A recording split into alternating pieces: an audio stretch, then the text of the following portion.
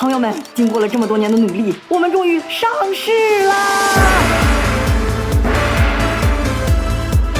哎，开玩笑的，上市的不是我了，而是影石创新。我身边这位帅气的小哥就是影石的创始人 JK。你别看他年纪轻轻，是个90后，可是科创板第一个上市90后，那现在是个彻头彻尾的大佬了。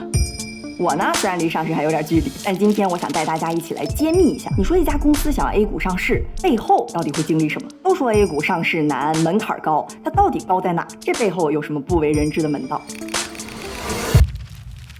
哎，是不是听着就非常的神秘精彩？我跟你说，我可是请教了几个专门做 A 股 IPO 的朋友，哇，现在脑子里全是知识，咱们就挑一些适合在视频里说的来聊一聊。要上市呢，首先咱们得有一个大一点的业务，咱就说营收10个亿吧，这步很简单，我们跳过。比如说我现在有一个小林奶茶集团，业务覆盖全球，我现在要考虑上市了，我要去哪上呢？摆在我面前的主要有3个选择 ：A 股、港股和美股。咱们今天主要聊这个 A 股哈，但我先简单大致说一下区别。港股和美股一言以蔽之，就是它更市场化，而 A 股相对来说就会有更多的监管、更多的审核。这背后的原因呢，其实是和不同市场的特点有关。你看，港股和美股的投资人，他主要是以专业机构为主，什么研究能力呀、抗风险能力都更强。所以交易所呢，它就是想让市场上的投资人你自己去筛选好公司。交易所这边就是简单的审核一下，经过一套比较流程化的审核，你没什么大问题就可以挂牌，就是港股和美股上市了。这个上市条件呢，写的也都比较清楚，主要就是财务上，你市值多少、利润多少、现金流多少等等。你比如说香港主板，你看这个哈，这3项要求你只要满足1个就行。比如说我中间这个，最近1年我的收益超过了5亿港元，市值超过40亿，哎，这个财务要求我就达到了。但港股跟美股上市哈，它其实不难在挂牌这一关，而在于你能不能吸引到投资人，就是那些专业的机构，他愿不愿意来买你的股票。要是你不行，没人愿意买你的股票，那不好意思，您就得退市。大逻辑上，美股和港股就属于这种挂牌的门槛相对比较低，然后让市场去筛选的这个机制。而 A 股呢，它的特点是什么？就是散户比较多，这就比较麻烦一点了。你看散户，他的专业筛选能力不太够，甚至可以说是相当不足，可能会看财务数据的都不多。那如果说你挂牌门槛还像美股那么低，很多坏公司混在里边一起上市的话，很容易浑水摸鱼、割韭菜，这就会严重扰乱市场秩序。所以说证监会呢，他就希望在挂牌这一轮就能把一些有问题的公司给筛出去，这就会导致一个什么结果呢？就是 A 股的上市审核，不管是证监会还是交易所，不管你是主板还是科创板，它相对于港股美股来说都要严格的多得多得多。其实 A 股它也有明文规定的上市标准，你比如说科创板说3年营收复合增长率超过25%，或者最近营收超过3亿，研发费用要求等等，这不也写挺清楚的吗？但我跟你说，你光达到这个那是远远不够的，这只是最低最低的门槛。你比如说科创板，它要求最近2年净利润不低于5000万，或者最近1年净利润为正且收入不低于1个亿。但实际上你看那些上市的企业，大都远远超过这个指标。你就看影石，它要求净利润为正，但影石是10个亿，要求说收入不低于1个亿，影石是55.7亿，这都高出了一个数量级都不止。其实之前也有那种大家耳熟能详那种很大的公司，因为研发投入不够，上不了科创板。总之我想说的意思呢，就是张韶涵有隐形的翅膀， A 股它有隐形的门槛，比这个网站上规定的显性门槛要高得多，你得过了这个隐性的门槛才有可能上市成功。那你说 A 股上市这么费劲，大家干嘛还要去呢？你就去港股美股不香吗？哎，这里边原因其实就有很多了。很直接的一个原因，因为 A 股的成交量远高于港股，所以平均来说它相对于港股一般会有一个20%到30%的流动性溢价。说白了就是同一家公司你同时上市 A 股跟 H 股，这个 A 股的估值它普遍是要高，当然这个 A 股估值高也不是绝对的哈。你就比如说刚刚港股上市的宁德时代，可能因为它海外的需求太旺盛了，所以它反倒是港股相对 A 股有溢价。再有 A 股上市的原因呢，就是它的名片效应更大，大家都知道它难呀，所以你听上去就很厉害。就是你说纳斯达克上市有可能是个小公司，但是要是 A 股上市，那这实力没跑了。你看现在有一些光那个壳都挺值钱的，它不光是说上去更有面，就是你真实的，比如谈个合作呀，包括融资贷款，你作为一个 A 股上市公司的话，普遍其实是会容易一些。好，那下面咱们赶紧来看一下这个 A 股上市它到底要经历什么，这个隐形的门槛是什么。一般呢，它会经历这么3个阶段。首先，申报就是准备上市的材料，这里头最核心的就是招股说明书，然后提交给交易所。第2步，审核，就是交易所会审核公司提交上来的材料，有问题的话，你把问题发给公司去问询，然后公司回答，有这么个2轮。过了的话，再交给证监会注册，让证监会再审，证监会过了才能拿到上市的一个批文。所以审核这儿是有交易所跟证监会这2轮，最后就会进入到发行的阶段，就是定价、跟交易所提报、给机构投资者路演等等，最后上市。一般哈，一家公司在考虑上市的时候，他就会请来一个专家团、军师团来帮他一起评估一下在哪上市啊，上市的成功率有多高啊等等。这个专家团呢，主要有这么3位：投行、律所和会计师事务所。这个律所和会计就很好理解，律师呢帮着搭建一些上市需要的架构或者拆除一些架构，会计搞清楚财务记账、审计什么的。更主要的就是这个投行，他就负责准备招股说明书和之后的问询，还得帮忙找投资人、路演什么的，就是卖股票。你看他干的活最多，承担的责任也最大，所以一般拿的钱也最多。你比如说影视这次找的就是中信证券、中金和高盛，都是大名鼎鼎的当做投行。他一般拿多少钱呢？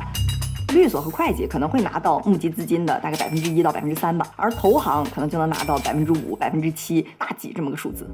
好，咱们小李奶茶集团准备上市，下一步我们就要递交材料，准备这个招股说明书了。他呢就要把公司的业务经营、法律架构、财务等等的信息，但凡是你觉得交易所或者证监会可能会需要知道的信息，你就都得给塞进去，一般少说都得有个大几百页。其实我感觉哈，这个招股说明书有点像个什么呢？它就有点像你要写一个议论文。这个议论文的题目就是，请论述你们公司为什么适合 A 股上市，请阐明你的业务符合国家战略，盈利能力良好，风险可控，法律财务都没有问题，是一家绝对正直的好公司。写一篇议论文，字数不少于10万字。我跟你说，招股说明书它 literally 就是在论述这么个事儿，看起来好像没有什么条条框框，非常开放，但实际上难度非常高。你想哈，我要证明一个人有问题，我要证明他受贿了，找到他受贿的证据就 OK 了。但你要是想证明自己没问题，我没受贿，没造假，我是个好公司，你怎么论证呢？你就只能把你所有的收入、所有的大小消费、存款、股权结构、干过的事儿全盘托出，掏心掏肺给大家看，然后交易所和证监会来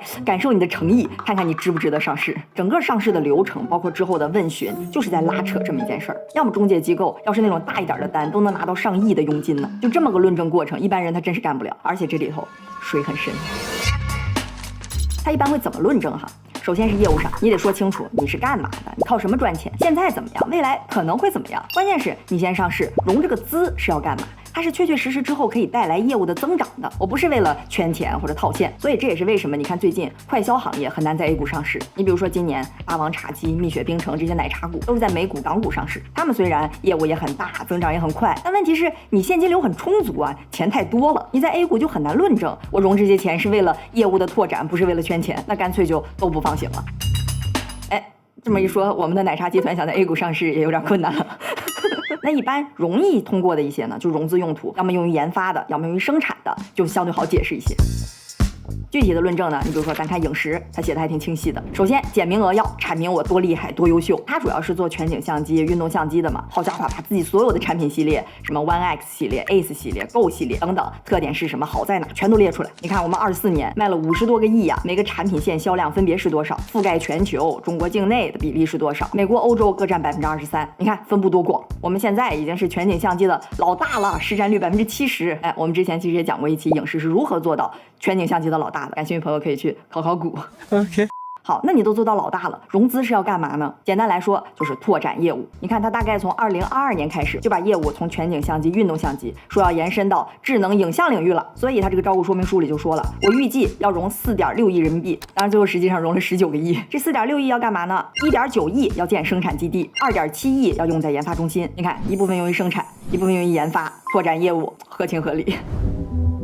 其实你看 A 股的这个偏好啊，它就会导致上市公司的行业集中度还挺高的。我跟你说，我特意统计了从2019年到现在这5年里，所有在上交所提交上市申请的公司，不光是上市成功的哈，也包括那些没成功的，所有提交申请的咱都统计了。你看这里头一共有1158个提交申请的，最终像影视这种成功上市的有647个，大概1半多。我们把它们按行业来分一下类，你就会很明显的发现，这里头有超过2/3都集中在这4类。朋友，你可以仔细看一下，要是你的公司就正好在这4类里头，恭喜你，你离 A 股上市又近了一步，嘿嘿。总之，你看这些上市比较多的行业，要么就是生产方面需要资金，比如说专业设备制造、医药制造、计算机通信、其他电子设备制造等等；要么就是研发层面我需要资金，比如软件、信息技术、服务业等等。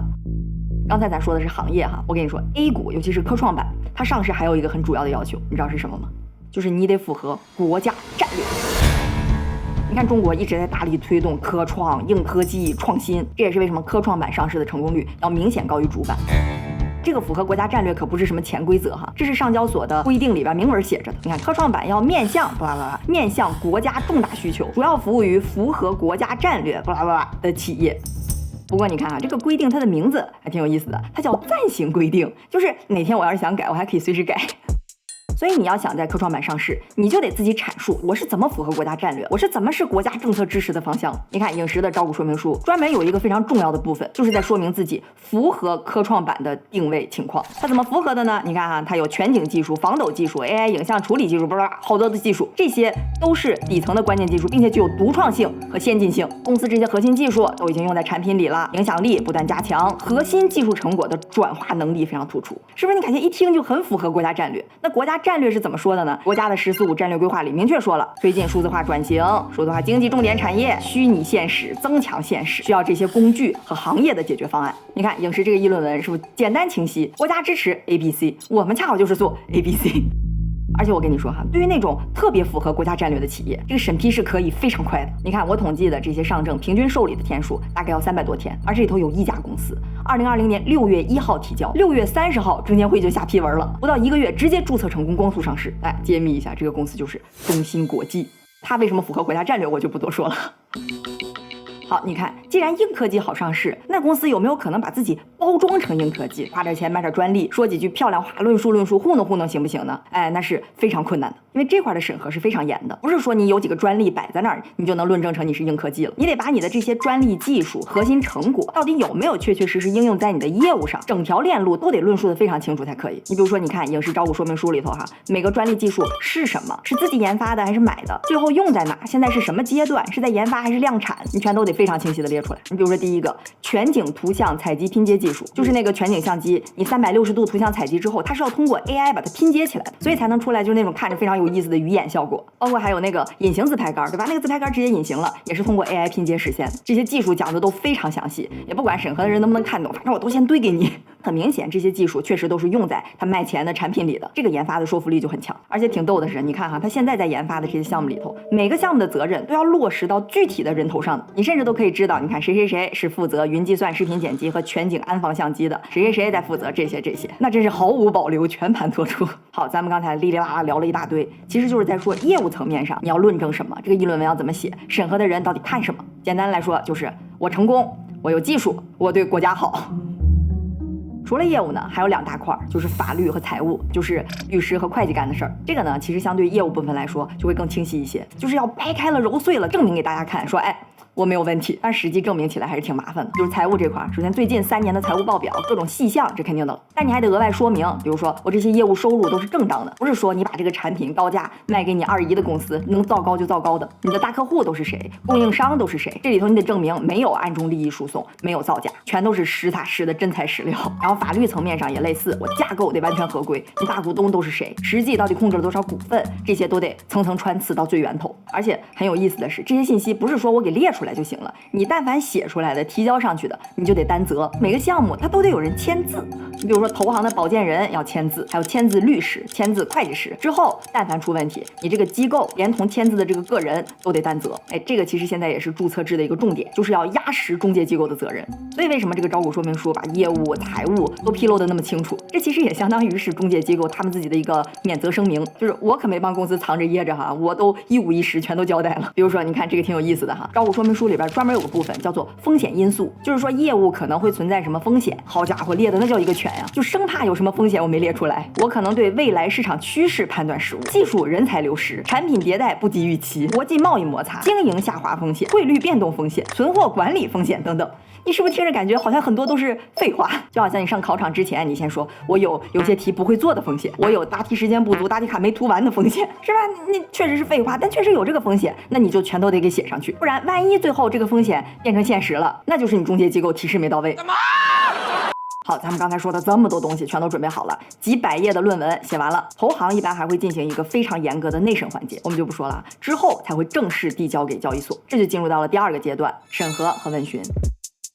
你看刚才那个招股说明书有点像个议论文，那这个审核问询的过程呢，其实有点像个论文答辩，只不过它不是面对面的。这个交易所会有一个组委会，一般他收到你的论文之后，他不会直接说啊你过或者不过，通常会整理出来一些问题发给你，然后你准备1-2个月再提交回来答辩。你看这个就是对影视其中一次问询的文件，比如说他问了你报告期内营收增长整体幅度较高，高于同行业可比公司，让你来解释解释。你看你营收不好，业务不好不行，涨得太猛，他也得问问，我得确保你能说说清楚你这个营收增长是真实的。后面也差不多，大概都是这个形式。先是问题1问了哈，请发行人blah blah blah 1 2 3 4，然后下面回复。就像你答题之前要先写个解一样，洋洋洒洒回答了20多页。然后问题2，请发行人补充纰漏，不啦不啦，回复，大概就这样。你是不是大概也能感受出来这个问题能细到什么程度？细到什么程度呢？我给你举个例子哈，之前某车企想在 A 股上市，这真事儿哈。这个问询阶段为了验证它收入的真实性啊，就让它提供所有主要经销商和客户的信息。你想那么大一个车企，供应链错综复杂，这个的统计难度是非常之大的。最后再加上一些别的原因，导致某车企最后决定去港股上市了。